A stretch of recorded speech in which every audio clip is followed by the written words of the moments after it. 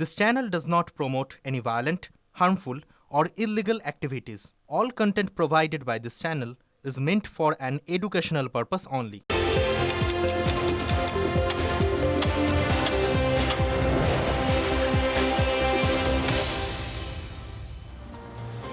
নমস্কার, দেখছেন টিভি9 বাংলা। ৫টায় ৫ কথা নিয়ে আপনাদের সঙ্গে রয়েছি আমি মধুকল্পিতা।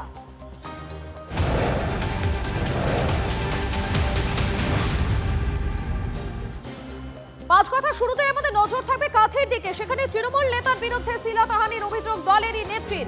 কাঁথিতে তৃণমূলের মহিলা পঞ্চায়েত প্রধানকে শ্লীলতাহানির অভিযোগ। অভিযুক্ত কাঁথি ৩ নম্বর পঞ্চায়েত সমিতির সভাপতি বিকাশ চন্দ্র বেজ। ভাইরাল ভিডিও অডিও ঘিরে শোরগোল ইতিমধ্যে কাঁথিতে, অস্বস্তিতে শাসক দল।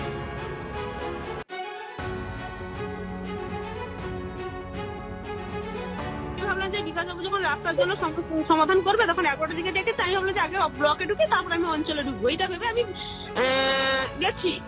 গিয়ে যখন সেই রুমে বিকাশবাবু আসছে, আমি তখন বললাম যে বিকাশ দা, এই রাস্তার একটু সমস্যার সমাধান তুমি একটু করে দাও। এই রাস্তার জন্য কন্ট্রাক্টরও বারবার আমাকে ফোন করছে। ঠিক আছে তুমি বসো, আমি দেখছি। কিছুক্ষণের পরে ফোন করে বলে উপরে চলে আসো। আমি ঢোকার পরে আমি দরজাটা কিন্তু খুলে দিয়েছি। দরজাটা খোলানি, দরজাটা চাপাও। বলছি না না বিকাশ দরজাটা খোলা থাক, মাঝখানে খাটে বসছি। আমি বলছি না না বিকাশ তুমি ফোন লাগাও, আমি এখানটায় দাঁড়িয়ে আছি, তুই ফোনটা লাগাও। দিয়ে বলছে ঠিক আছে, ফোনটা লাগিয়ে উত্তম দার সঙ্গে কথা বললো। দিয়ে উত্তম দার সঙ্গে কথা বলার পরে আমি একটু উঠে পড়েছি, সে ফট করে উঠে পড়েছে। উঠে পড়ে এসে বলছে, গাল ধরে বলছে যে এরকম তুমি সব পারবে, তুমি প্রধান বলে সব পারবে। দিয়ে গালে চুমু খেয়ে যাচ্ছে। আমি তখন বলছি এটা বিকাশ রুমে ডেকে এরকম করে এরকম দেখছে। বলার পরে সে কিছু বলেনি, বেরিয়েছে। বলছে তুমি যাও, আমি তোমার সঙ্গে ফোনে কথা বলবো। ব্লকে বেশিরভাগ মহিলা যায়, প্রধানের প্রতি যদি এরকম ব্যবহার করে, সাধারণ মানুষের প্রতি বিকাশ বেশ কিরকম ব্যবহার করে, আমি উপর নেতৃত্বের কাছেও যাবো। আমি মানে দরকার পড়লে আমি নবান্নয় গিয়ে আমি মমতা ব্যানার্জির সঙ্গে ডাইরেক্ট কথা বলবো যে এই বিষয়গুলো তাহলে প্রধানদের জন্য কি সুরক্ষিত আছে, প্রধানের জন্য একজন ব্লকের যে সভাপতি আছে মানে এরকম ব্যবহার কি তার করা উচিত হয়েছে? আপনারা শুনলেন যে ভাইরাল অডিও, সেই ভাইরাল অডিও ঘিরে ইতিমধ্যে শোরগোল পড়ে গিয়েছে। আমাদের সঙ্গে রয়েছেন আমাদের প্রতিনিধি কনিষ্ক রয়েছেন। কনিষ্ক, যার বিরুদ্ধে অভিযোগ উঠে আসছে তার বিরুদ্ধে এখনো পর্যন্ত কোনো রকম কোনো পদক্ষেপ কি করা হয়েছে?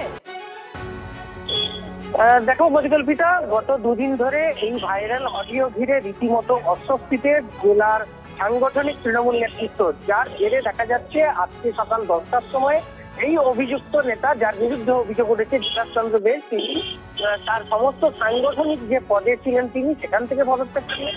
তার পাশাপাশি কাঁথি 3 পঞ্চায়েত সমিতির সভাপতি ছিলেন তিনি, প্রশাসনিক পদ, সেখান থেকেও তিনি পদত্যাগ করেছেন। আর এই পদত্যাগ ঘিরে শুধুমাত্র দলীয় চাপের ক্ষেত্রেই এই মাথা নত করে সমগ্র অভিযোগটা যে খালাস হয়ে যাবেন এমনটা কিন্তু নিয়ে রীতিমতো সোচ্চার তৈরি হয়েছে দলের অন্দরেই। দলের মহিলা নেত্রীরা তারা কিন্তু ইতিমধ্যে দলের ভিতরেই প্রশ্ন তুলতে শুরু করেছে, যার জেরে কিন্তু কাঁথি সাংগঠনিক জেলার যারা নেতৃত্ব পদাধিকারী অর্থাৎ চেয়ারম্যান রয়েছেন, সভাপতি রয়েছেন, বাকি যারা রয়েছেন নেতৃত্ব, তারা রীতিমতো অস্বস্তিতে এবং কোথাও না কোথাও সংবাদ মাধ্যম থেকে তারা নিজেরা মুখ লুকাচ্ছে। কোথাও না কোথাও এই বিষয়কে কেন্দ্র করে রীতিমতো অস্বস্তিতে পড়তে হচ্ছে তাদের। আপডেটের দিকে নজর রাখো। আপাতত তোমাকে ধন্যবাদ।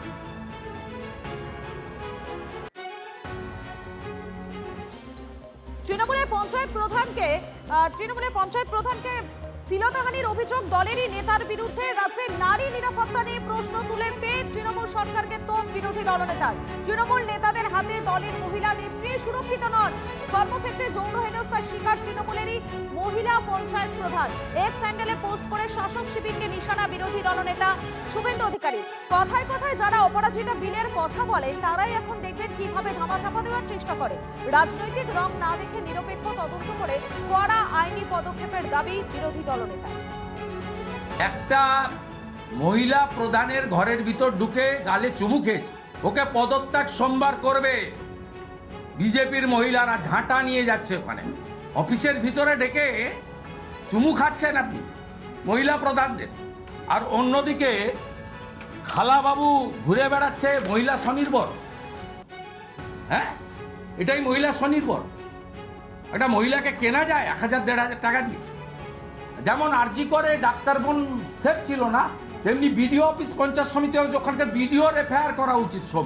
এই দুর্বৃত্তদের পার্টি, ধর্ষকদের পার্টি এ মা বোন দিদি বেটি সকলকেই কার্যত কি চোখে দেখে এই প্রধানকে সরকারি কক্ষের ভিতর চুম্বনের মাধ্যমে এটা প্রমাণ করেছে তৃণমূল কংগ্রেসের এই নেতা। শুধু পঞ্চায়েত সমিতির চেয়ারম্যান নয়, তৃণমূলের শ্রমিক শাখার জেলার সভাপতি। পার্টিকে উত্তর দিতে হবে। প্রমোশন পেয়ে যাবে, পরে দুটো সিকিউরিটি যদি থাকে 4টে পেয়ে যাবে, অনুব্রত পেয়ে যাবে। এই না হলে তৃণমূলের নেতা টাকা তুলবেন, পকেট ভরাবেন, নারীর সম্মান সম্ভ্রম নষ্ট করবেন, মহিলাদের অসম্মান করবেন। পঞ্চায়েত সমিতির সভাপতি তিনি প্রধানকে ডেকেছেন আর উন্নয়নের আলোচনা করতে, আর সেই কক্ষেই তাকে আলাদা কক্ষে ডেকে নিয়ে তার সঙ্গে অসভ্যতা আচরণ করছেন। এই হচ্ছে তৃণমূলের নেতাদের আসল গুণ আর আসল চরিত্র। এইভাবে তার ইচ্ছার বিরুদ্ধে, সেটা অত্যন্ত নিন্দনীয় একটি সামাজিক অপরাধ। অপরাধ তৃণমূল করুন, বিজেপি করুন, সিপিএম করুন, যেই করবেন তার বিরুদ্ধে মানুষকে সোচ্চার হতে হবে। 2011 পরবর্তী সময় থেকে এই যে এত বেড়েছে, তার জন্য দায়ী হচ্ছে আমাদের রাজ্যের মুখ্যমন্ত্রীর প্রশ্রয়। তিনি প্রথম থেকে ধর্ষণকে ছোট ঘটনা, ও সিপিএম বাড়ির মেয়ে, ধর্ষণ হলে কি আছে টাকা দিয়ে ক্ষতিপূরণ দিয়ে দেওয়া হবে, এই সমস্ত ধারণা প্রচার করার ফলে ধর্ষকরা উল্লসিত হয়েছে। তারই পরিণতি এটা। দলের নেতার বিরুদ্ধে দলেরই মহিলা পঞ্চায়েত প্রধানকে শ্লীলতাহানির অভিযোগ। ভোটের মুখে কাঁথিতে অস্বস্তি শাসক শিবিরে। বিষয়টি খতিয়ে দেখা হচ্ছে। অভিযোগ জমা পড়লে দল এবং প্রশাসন নিজের নিজের স্তরে তদন্ত করবে আশ্বাস পূর্ব মেদিনীপুর জেলা পরিষদের সভাধিপতি উত্তম বারিকের। বিতর্কের মুখে পদত্যাগ পঞ্চায়েত সমিতির সভাপতি বিকাশ চন্দ্র বেইজের। ষড়যন্ত্রের কথা বলেও শেষ পর্যন্ত দলের চাপে পদত্যাগ অভিযুক্ত পঞ্চায়েত সমিতির সভাপতি। ভাইরাল অডিওকে নিয়ে যদি বিরোধী দলনেতা টুইট করেন, তাহলে তাকে রাজনৈতিকভাবে কতটা নিচে নামতে হয়েছে এটা ভাবতে হবে। তার কারণ সত্যতা না যাচাই করে তিনি টুইট করে দিচ্ছেন। কাঁথি 3 পঞ্চায়েত সমিতির সভাপতি বিকাশ বেজ, তার বিরুদ্ধে একটি ভিডিও ক্লিপ বা অডিও ভাইরাল হয়েছে। তিনি দলের নিষ্ঠাবান কর্মী, তিনি দলের দায়বদ্ধতা স্বীকার করে, যেহেতু তার বিরুদ্ধে এরকম ধরনের একটা ভিডিও ক্লিপ ভাইরাল হয়েছে, ঘটনার সত্যতা এখনো পর্যন্ত যাচাই হয়নি, তিনি কিন্তু পঞ্চায়েত সমিতির সভাপতি থেকে পদত্যাগ করে দিয়েছেন। আবার পশ্চিমবঙ্গ আইএনটিটিউসির তিনি সম্পাদক, সেখান থেকেও তিনি পদত্যাগ করে দিয়েছেন। আমি বিকাশ চন্দ্র বেজ, সর্বভারতীয় তৃণমূল কংগ্রেসের একজন একনিষ্ঠ কর্মী। আমার বিরুদ্ধে যে ষড়যন্ত্র বা চক্রান্ত হয়েছে, সেটা নির্দোষ না প্রমাণিত হওয়া পর্যন্ত আমি আমার প্রশাসনিক পদ, পঞ্চায়েত সমিতির সভাপতি থেকে এবং আমাদের দলীয় পদ থেকে আমি ইস্তফা দিই। ভোট ঘোষণার আগেই দেওয়াল দখলের লড়াই। যাদবপুরের রামলাল বাজারে বিজেপির দেওয়াল লিখন মুছে ফেলার অভিযোগ নিয়ে অশান্তি। সম্মুখ সমরে তৃণমূল বিজেপি। তৃণমূলের বিরুদ্ধে বিজেপির দেওয়াল লিখন মুছে ফেলার অভিযোগ। বিজেপির প্রতিবাদে বিজেপি কর্মীদের বিক্ষোভ।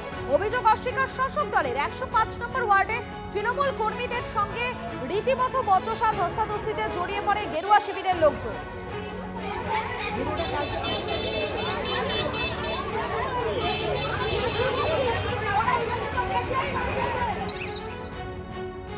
রামলাল বাজারে মিলনী সংঘর সামনে যে দেওয়াল রয়েছে, এই দেওয়াল লেখন নিয়েই বচসা। বিজেপির অভিযোগ যে এই দেওয়াল লিখন তারা যখন করতে আসে তখনই তাদের মারধর করা হয় আর সেখান থেকে সরিয়ে দেওয়া হয়। এমনকি শুক্রবার এই ঘটনা ঘটার পরে শনিবার যখন বিজেপির প্রতিনিধিরা আবার আসেন, ফের তাদের সঙ্গে বচসা হয়। অর্থাৎ এই দেওয়াল লিখন নিয়েই একেবারে প্রকাশ্যে রাস্তায় তৃণমূল বিজেপি বচসা হয় এই রামলাল বাজারে। স্বাভাবিকভাবেই এই ঘটনায় বিজেপির তরফ থেকে দাবি করা হচ্ছে যে 2 জন আহত হয়েছে, ইতিমধ্যেই হাসপাতালে তারা গেছে এবং সেখানে একেবারে শারীরিক পরীক্ষা করে গড়ফা থানা দ্বারস্থ হবে। যদিও তৃণমূলের তরফ থেকে এই বিষয়টা এখনো পর্যন্ত অস্বীকার করা হচ্ছে। ক্যামেরা রজতের সঙ্গে সুশোভন, TV9 বাংলা। ওখানে টেবু, গৌতম সহ কিছু তৃণমূলের সন্ত্রাস বিরোধী কাল রাতেই আমাদের দেয়ালটা মুছে ওখানে টিএমসি লিখে দেয়। থানায় বড়বাবুকে জানিয়ে আসি যে এরম এরম হচ্ছে। উনি বললেন দেয়ালের অনুমতি। আমরা এই দেয়ালের অনুমতি কার থেকে নেব? মালিকই নেই। সেই কারণে আমরা বললাম আমরা লিখবো আমাদের দেয়াল। সেই দেয়াল লিখতে যখনই আমাদের 4-5 জন কার্যকর্তা গেছে, তখন 50-60 জন প্রাক্তন কাউন্সিলর তরুণ মণ্ডলের নেতৃত্বে সবাই এসে আমাদের কার্যকর্তাদের বেধড়ক মেরেছে, যারা এখন আমাদের এমার্জেন্সি। পারমিশন নেওয়া দেয়াল, ওরা পারমিশন নিয়ে রেখেছে দেখো। তা সেই দেয়াল এবার যতই তো ওরা ওদের দেয়াল মুছবে, কারণ দেয়াল আমাদের পারমিশন নেওয়া দেয়াল, ওরা লিখবে কেন? নির্বাচন কমিশনের একটা গাইডলাইন আছে, যে দেয়ালে লিখতে হয় তাকে পারমিশন নিয়ে লিখতে হয়। তুমি পারমিশন নিয়ে 100 দেয়াল লেখো না, কেউ তোমার মানা করতে যাচ্ছে না। আমি অফিসে বসে আছি, এর অফিসে বসে থাকার সময় আমাকে একটা ফোন এলো, ওর মিসেস আমাকে ফোন করলো, দাদা আমার টেবিলে ধরে খুব মারছে। কোনো ঘটনা ঘটেনি। আমাদের লোক গেছে এমসি করতে, কারণ তাদের টাঁচড়ে নোক বসিয়ে বিজেপি করেছে, বিজেপির, হ্যাঁ আমাদের মেয়েদের করেছে, বিজেপির লোকরা আঁচড়ে কামড়ে এসে করেছে। ওই দেয়া ওখানে কোনোদিন বিজেপি কোনো দেয়াল লেখো, দেয়াল আমাদের দেয়াল, আমরা বহুদিন ধরে লিখি।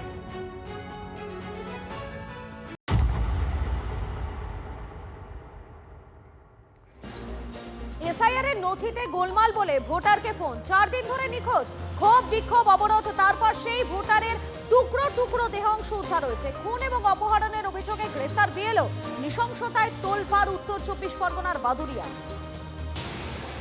এসআইআর এর নথি চাওয়ার আছিলায় ডেকে খুন, প্রমাণ লোপাটে 3 জায়গায় ফেলা হলো দেহাংশ। ভোটারকে খুনের অভিযোগে গ্রেপ্তার বিএলও। খুনের পিছনে কি বিবাহ বহির্ভূত সম্পর্কের জট? ভোটার তালিকার বিশেষ নিবিড় সংশোধন পর্বে হারহিম করা ঘটনা উত্তর 24 পরগনার বাদুড়িয়ায়। নিহত এবং অভিযুক্ত একই গ্রামের বাসিন্দা, একসময় নাকি সহপাঠীও ছিলেন। সেই ভোটারকেই খুনের নেপথ্যে বিএলওর হাত। আমরা চাই যে অপরাধী যেন খুবই কঠোরতম শাস্তি এবং ফাঁসি পর্যন্ত আমরা দাবি করি। 9 ফেব্রুয়ারি নাসির আলীকে এই আরও পরিচয় দিয়ে একজন ফোন করেন। এসআইআর এর নথি চেয়ে বাদুড়িয়ার একটি ঠিকানায় ডেকে পাঠান। নাসিরের আত্মীয়র দাবি, নথি নিয়ে বেরিয়ে যাওয়ার পর ওই যুবকের আর খোঁজ মেলেনি। পরদিন বাদুড়িয়াতেই যমুনা খালের পাশ থেকে নাসিরের জুতো উদ্ধার হয়। জুতোর সূত্র ধরে মেলে মোটর বাইকের খোঁজ। এরপর নাসিরকে খুঁজে দেওয়ার দাবিতে গ্রামবাসীরা রাস্তায় নামেন, আগুন জ্বালিয়ে চলে বিক্ষোভ। মোবাইল নম্বরের সূত্র ধরে তদন্ত এগোতেই নাসিরের বন্ধু রিজওয়ানের খোঁজ পায় পুলিশ। শুক্রবার খুন ও অপহরণের অভিযোগে পাপিলা 22 নম্বর বুথের বিএলও রিজওয়ান মণ্ডল এবং তাঁর সঙ্গী সাগর গায়েনকে গ্রেপ্তার করা হয়। জেরা করতেই জানা যায়, ভয়ঙ্কর তথ্য, 3 জায়গা থেকে 3টি প্যাকেটে মেলে দেহাংশ। নাসির আলীর দেহর টুকরো টুকরো দেহ একেবারে প্যাকেটবন্দি অবস্থায় এই খালপাট থেকে উদ্ধার করে পুলিশ। হাত পা কাটা 8 টুকরো চাতরা ব্রিজের তলায় পেয়েছে, আর আপনার বডিটা পেয়েছে চারঘাট ব্রিজের তলায়, আর মাথাটা পেয়েছে গোবরডাঙ্গা শ্মশানের ব্রিজের কাছে। ধৃত বুথ লেভেল অফিসার পেশায় পার্শ্ব শিক্ষক, প্রাইভেট টিউশনও পড়ান। নিহত নাসিরের সন্তানকেও পড়াতেন রিজওয়ান। আপনি কি চিনতেন রিজওয়ানকে? আমি ওইভাবেই চিনতাম, স্বামীর বন্ধু হিসাবে, স্কুল মাস্টার হিসাবে। আগে একদিন একটু মুখ বলাবলি হয়েছিল, একদিন ওর বাড়িতেও এসেছিল, তার সাথে একদিন এসেছিল, একদিন ঝামেলাও একটু হয়েছিল হালকা।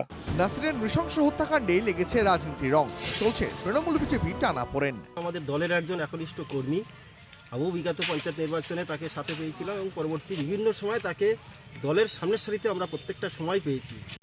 কোথাও মাথা, কোথাও ধর, কোথাও হাত পা, 5 কিলোমিটার এলাকার বিভিন্ন জায়গায় ফেলে দেওয়া হয়েছিল নাসিরের দেহাংশ। উদ্দেশ্য প্রমাণ লোপাট। কিন্তু কোন আক্রোশে এমন হাড়হিম করার নৃশংসতা? সম্পর্কে টানাপোড়েন নাকি অন্য কোনো কারণ? উত্তরের খোঁজে তদন্তকারীরা। বসিরহাট থেকে নূর আলমের রিপোর্ট, TV9 বাংলা। অসমের মোরানে হাইওয়েতে নামল প্রধানমন্ত্রী নরেন্দ্র মোদীর বিমান। ডিব্রুগড়ের মোরানে হাইওয়েতে ইমার্জেন্সি ল্যান্ডিং স্ট্রিপ, সেই ল্যান্ডিং স্ট্রিপে প্রথমবার নামল নরেন্দ্র মোদীর বিমান। অসমে বায়ুসেনার শক্তি প্রদর্শন। হাইওয়েতেই নামল সুখোই, রাফায়েল, চিনুক, অ্যাপাচে, হারকিউলিসের মতো যুদ্ধ বিমান এবং হেলিকপ্টার। आज के दिन देश की नजरें असम पर है।